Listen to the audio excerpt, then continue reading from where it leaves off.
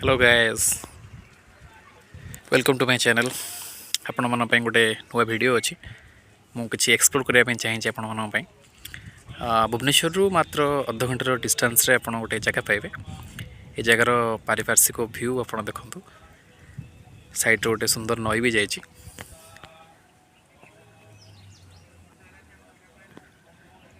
आपण bye bike रे भी ए मंदिर को आसी पारिबे। भूपृष्ठरू पाखापाखि 40-50 मीटर यहाँ ऊपर को हम चारिपटे गोटे सुंदर पहाड़ व्यू आप देखिपे। मान्यता अच्छी जे ये त्रयोदश संपत्तिर मंदिर, कोणार्क मंदिर तैयारी होगा टाइम मंदिर बोली जी पूजक भाईना सब मुझे कथा होती। मंदिर आप देखिपे मंदिर ना हूँ कुरुखेश्वर मंदिर। अति सुंदर मंदिर पाक चलता पाखक आपको नहीं जाऊँ।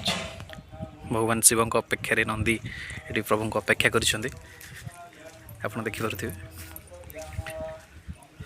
सौभाग्यवशतः आज मंदिर रे जड़े दाता रुद्राभिषेक चली। तेणु आसतु मंदिर टे मंत्र शुणा।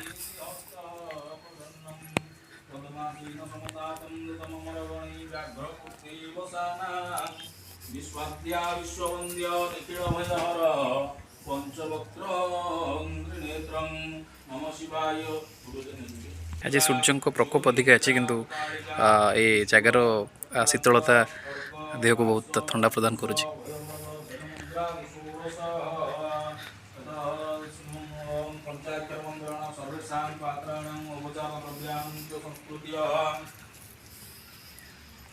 तार व्यवस्था भी रोषेईवास भी करें, तार व्यवस्था भी अच्छी।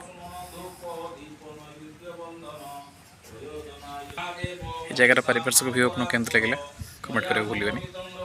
धन्यवाद। जय जगन्नाथ, जय शिव शंभु।